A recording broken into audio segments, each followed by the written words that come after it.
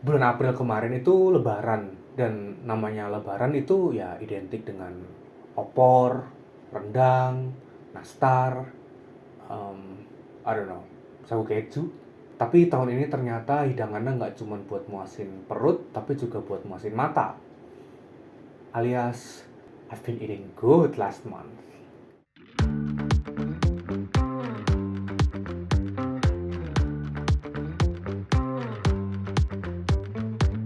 Halo, selamat datang di Frame and Flame, tempat di mana gue bahas film yang nggak tahu, kepikiran aja di kepala gue.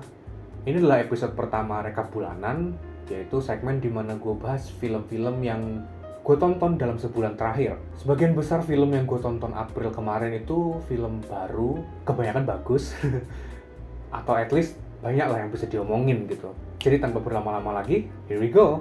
Film pertama yang gue tonton di bulan April adalah Jumbo. Gue suka, tapi menurut gue ada beberapa kekurangan film ini, yaitu motivasi villainnya yang bikin bingung. Ada titik dimana di filmnya tuh gue tuh kayak, loh tadi bukan motivasinya ini ya, kok jadi gitu? Ada titik dimana gue mikir kayak gitu. Gue udah nggak inget motivasi villainnya apa sekarang. Dan even kalau dijelasin pun gue nggak yakin gue convinced, oh motivasinya gini toh. Gue nggak yakin gue bisa mikir kayak gitu sih meskipun lo ngejelasin ke gue. I don't know, coba jelasin di kolom komentar deh.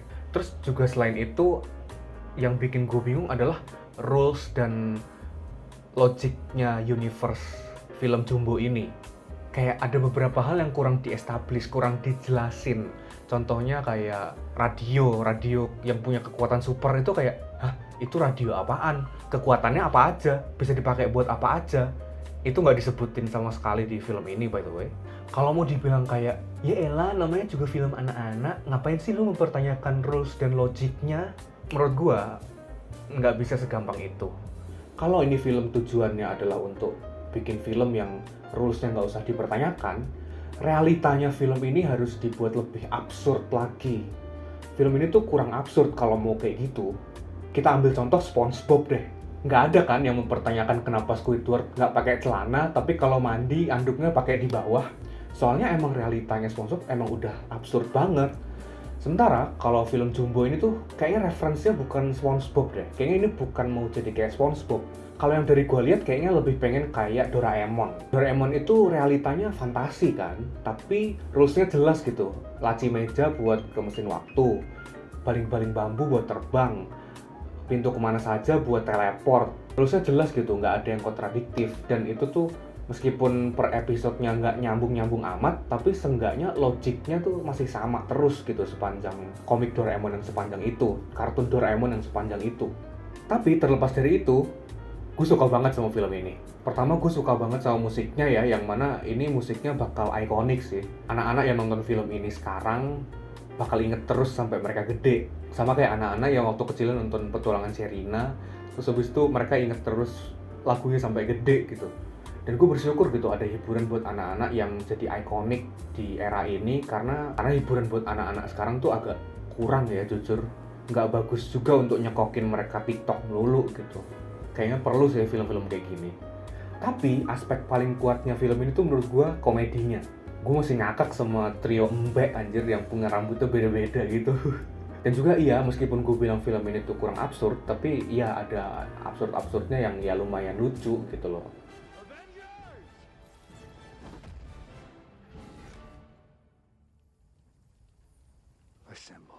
Overall gue suka sama filmnya karena it's entertaining, dan juga mood wholesome yang dibawakan sepanjang film ini tuh berhasil banget bikin gue kekurangannya paling yang tadi aja, rules sama logic universe-nya tuh kurang tergali gitu. Dan juga gue ikutan bangga ya film ini tuh jadi salah satu film terlaris Indonesia sekarang, karena nggak terduga anjir. Gue kira mentok tuh bakal 1 atau 2 juta penonton doang, karena ini film baru ya, IP baru gitu, bukan berdasarkan adaptasi, bukan berdasarkan apa. Ini murni kartun baru. Dan juga kartun, by the way, sesuatu yang belum umum di film Indonesia. Apakah kedepannya film Indonesia akan lebih banyak animasi? Atau kedepannya mungkin bakal lebih banyak film yang lebih bervariasi? Gue nggak tahu. Tapi kayaknya masa depan perfilman Indonesia lumayan oke gitu. Setelah dulu hampir naik tapi kehalang pandemi, sekarang akhirnya bisa kembali lagi ke kejayaan itu gitu. Kayaknya nggak usah ribet-ribet untuk mancing orang internasional buat ngelirik kita gitu. Kita fokusin bikin film yang bervariatif dulu aja kayak gini, ntar juga kelirik sendiri gitu loh sama internasional. Meskipun gue nggak tahu apakah akan kelirik internasional atau enggak. Internasional bisa aja, Hollywood gue nggak yakin sih. Dan itu nggak apa-apa by the way. Off topic dikit ya, gue mau bahas soal, gue sempat ngeliat ada orang kena death threats gara-gara dia mengkritik film ini. Kurang lebih argumen kritiknya tuh dia bilangnya gini, dasar film Indonesia bikin film animasi aja kudu diselipin horor-hororan gitu, supranatural. Menyiratkan bahwa aspek supranaturalnya itu dibuat untuk appeal ke penonton Indonesia secara luas. Di satu sisi, gue nggak setuju sama kritiknya, karena kayaknya sisi supranaturalnya film ini tuh bukan dibuat untuk biar bisa appeal ke mass audience deh. Ini goalnya ada mistis-mistisan dan hantu-hantuan di film ini tuh lebih kepada biar kayak magical aja, rasanya biar kayak film Disney gitu, atau Casper. Tapi gue juga mau mengadres satu hal yang penting, yaitu gak usah lah kirim-kirim death threats ke orang gitu. Like, it's not cool man. Kayak, jangan kayak emak-emak yang marah cuman gara-gara tokoh kesukaan mati di sinetron kesukaan dia gitu loh. Ayolah, ini cuma kritik. Selanjutnya gue nonton film The Prosecutor. Ini tuh film debut penyutradaraannya Donnie Yen.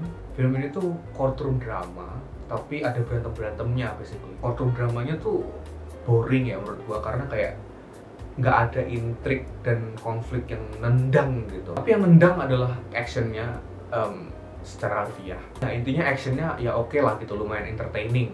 Meskipun agak beda dari Donnie Yen biasanya, tapi ya film ini masih ya passable lah gitu. Selanjutnya gue nonton film maksudnya Kodrat 2. Dan gue masih antara percaya dan tidak, tapi film ini surprisingly bagus banget.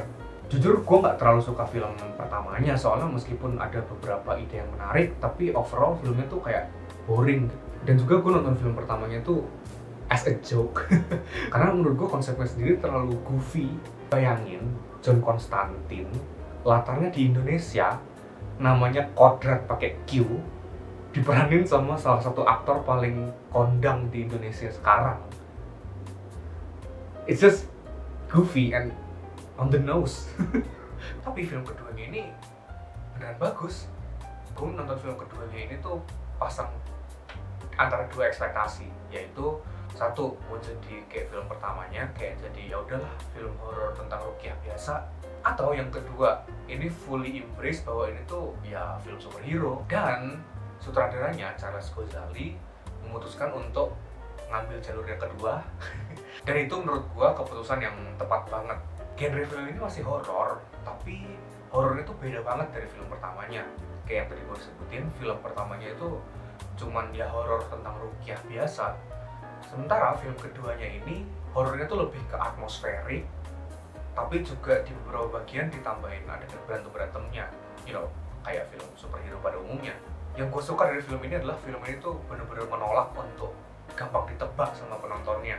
Ada beberapa kayak story beats yang kirain gini ternyata bukan. Oh, kirain di opening ada jump scare, oh ternyata enggak. Di film ini tuh banyak banget bagian-bagian yang kayak mainin ekspektasi penonton kayak gitu, yang mana membuat film itu jadi lebih fresh aja ketimbang film pertamanya.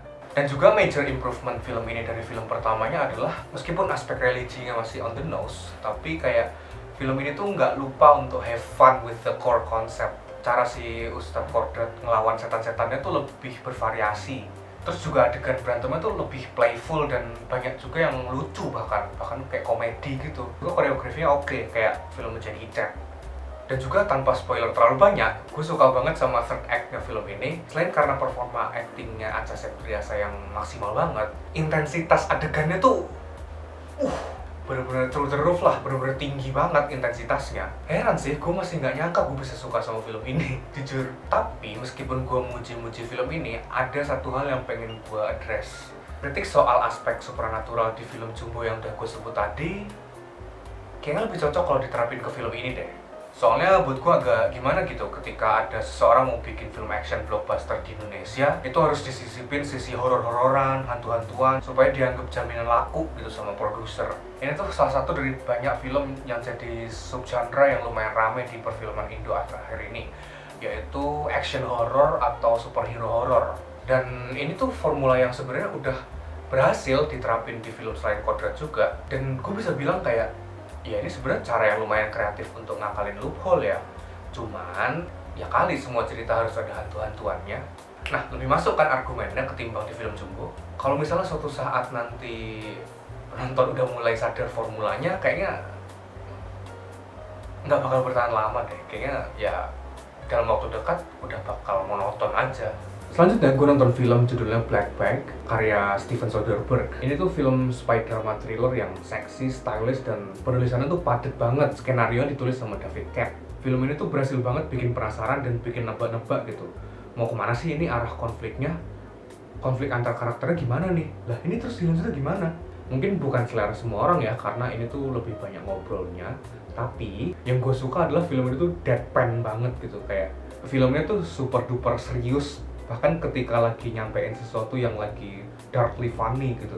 Itu menurut gue aspek yang paling entertaining dari film ini. Dan juga chemistry antar karakternya, terutama si Michael Fassbender sama Cate Blanchett itu couple goals lah kalau kata netizen. Selanjutnya gue nonton Sampai Nanti Hana dan Pengepungan di Bukit Duri. Well, ini udah gue bahas di video gue sebelumnya, silahkan cek link di description. Lalu film terakhir yang gue tonton di bulan April adalah Havoc, film karya sutradaranya The Raid himself, Gareth Evans. Gue udah nungguin film ini dari kapan tahu. Soalnya kayak film ini tuh udah selesai syuting dari 2021, tapi tayangnya baru tahun ini.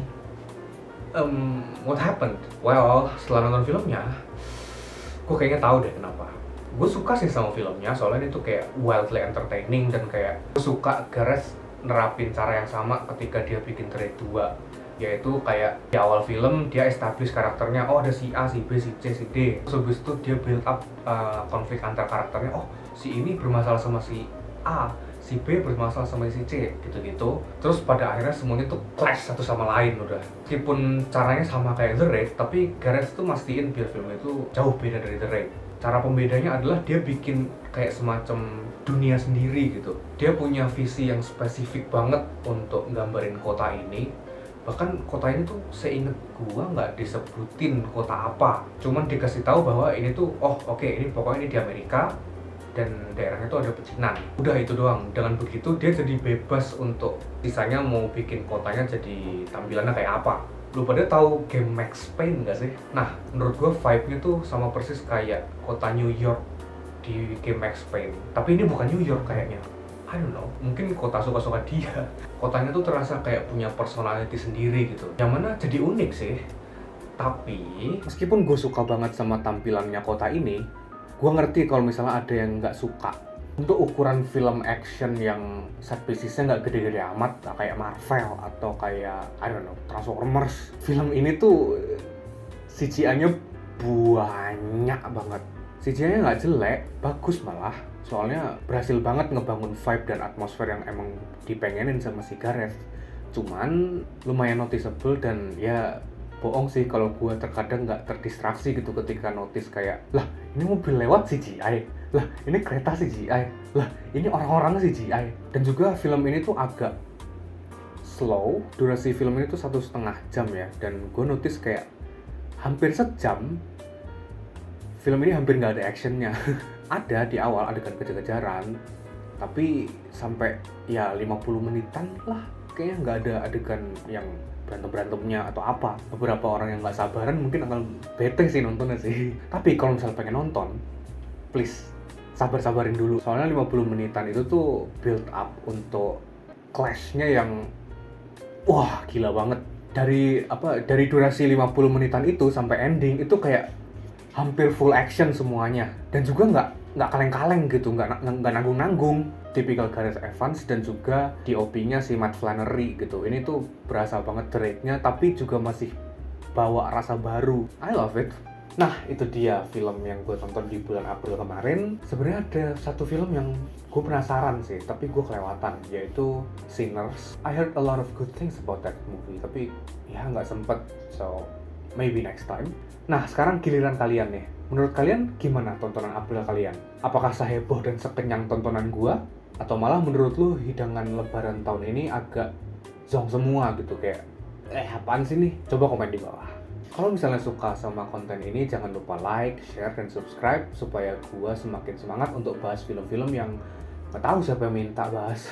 Thanks for watching, see you next time.